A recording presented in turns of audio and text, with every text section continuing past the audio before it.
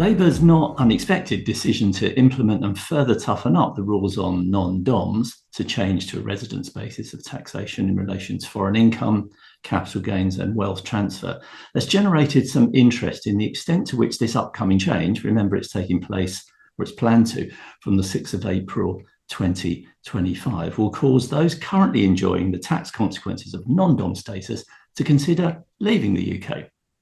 Is it possible, in deciding on this question, is it possible to take any guidance from what has happened to other countries or in other countries when the tax rules have changed? Well, the FT has recently attempted to help us with quite an extensive look at how the leaving due to tax phenomenon has played out across Europe and beyond.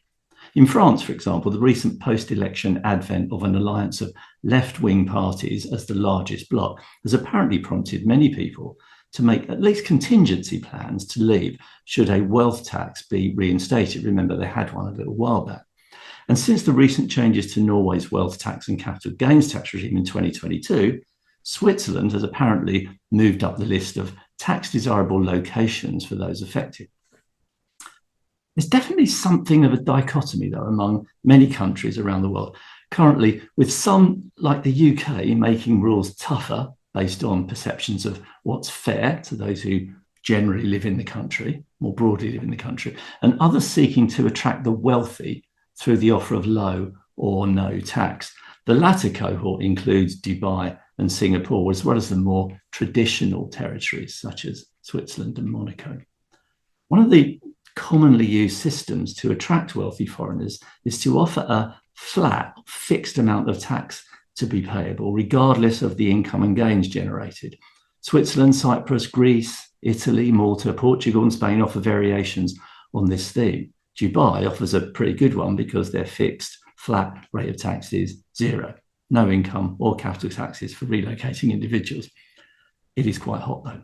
The opposing view to this way of attracting wealthy foreigners is based on the belief that these rules contribute to pushing up local property prices and put strains on public infrastructure. And as a result of this pressure, the UK, Portugal, and Italy have all reviewed and made tougher their rules in relation to foreign income and gains. Portugal has, for example, reviewed their new non-resident system for new arrivals to focus tax privilege on those coming to the country to work, rather than retaining it for pretty much all foreign income, including investment income and pensions.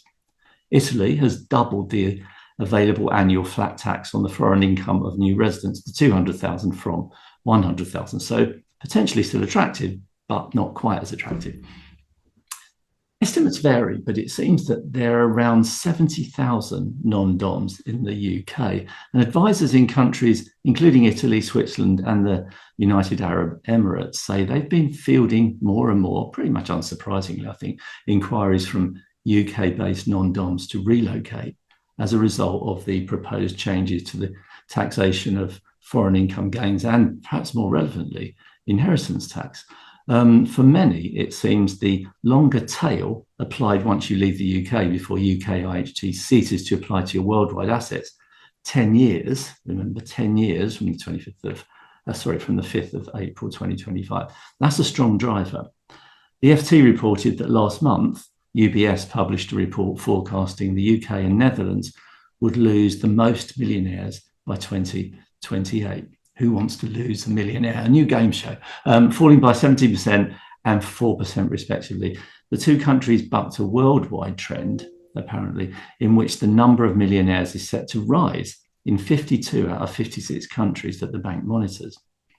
So while tax is a contributing driver, I'll print that pretty much, that's beyond doubt, in the consideration of where to live, so of course are many other factors. And maybe those other factors are much stronger than taxation. So especially these days, security and political stability in the country you're thinking of move to is going to be pretty important, if not extremely important. Another factor affecting the choice of destination is likely to be relative proximity to your country of origin or location of your family.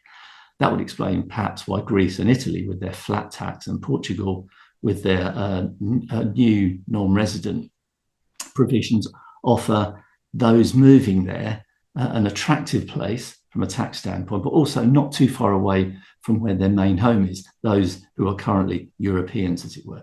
In Greece, for example, the flat tax payable is 100,000 a year, which is apparently attractive for anyone earning over 250,000 euros or more.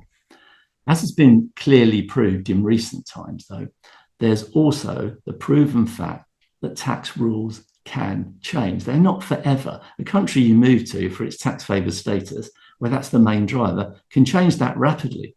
So when you move for tax, there's no guarantee that the tax environment that so attracted you is going to stay unchanged. And that is something to very much bear in mind. At the global level, discussions at the G20 have apparently centered on whether a worldwide minimum tax on billionaires should be introduced. You might remember there was some talk a little while back of a worldwide minimum rate of corporation tax, which has been introduced in some kind of way. Despite the undoubted increase to resistance to favourable tax status being offered to wealthy foreigners, there is still strong competition among a number of countries to attract them. So it's probably, I say probably, not definitely, but probably safe to say that we are some way from a worldwide minimum rate of tax being introduced. While most clients of UK advisors won't be considering moving abroad and will be considering continuing to live in this green and pleasant land, certainly not considering a tax-inspired move abroad, the subject of what's it like over there will definitely continue to be one that is asked, and perhaps more frequently as we get close to the implementation of the new rules in the UK. So having an awareness of what's going on in taxation around the world in relation to those thoughts that may be in the minds of some of your clients will be pretty important, I would say, and we'll be doing our best to keep you up to date with what's going on in tax around the world within TechLink.